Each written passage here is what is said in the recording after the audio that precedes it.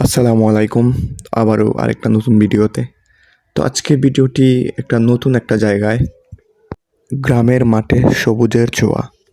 এই জায়গাটি যেন বলে দেয় সবুজের এক অপূর্ব রাজ্য, যেখানে যেখানে প্রকৃতিই তার আপন সৌন্দর্য সেজে থাকে। যাই হোক, কবিতা বলতে পারি না, তাও উল্টাপাল্টা কবিতা বলে ফেললাম, তো কিছু মনে করবে না। সত্যি অনেক সুন্দর জায়গা, চারদিকে সবুজ আর সবুজ। সত্যি অনেকটাই ভালো লাগতেছে এই জায়গাটিতে, মানে মনটা একদমই ভরে গেছে। খুবই ভালো লাগতেছে এই জায়গাটি। আর কিরে কি কেতা গবেষণা করতেছ? তুই খাহরা নিয়ে গবেষণা করছ কই কই দেখলি রে?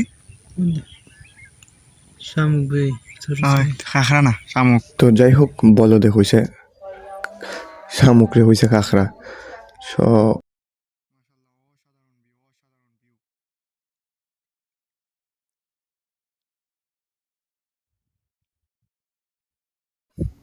এই জায়গাটা হইল গুরুস্থান, কবরস্থান আর কি। তো এখানে আমরা অনেক ফুটবল খেলছি, অনেক অনেক স্মৃতি এই জায়গাতে। প্রায় অনেক দিন পর আসছি এই জায়গায়, খুবই সুন্দর।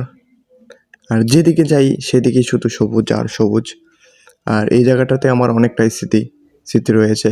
এই যে খালি জায়গাটা দেখতেছেন সামনে, এখানে আমরা প্রচুর ফুটবল খেলছি, প্রচুর খেলাধুলা করছি এই জায়গাতে। এই যে এই জায়গাতে তো সে সরিষা তো শেষ।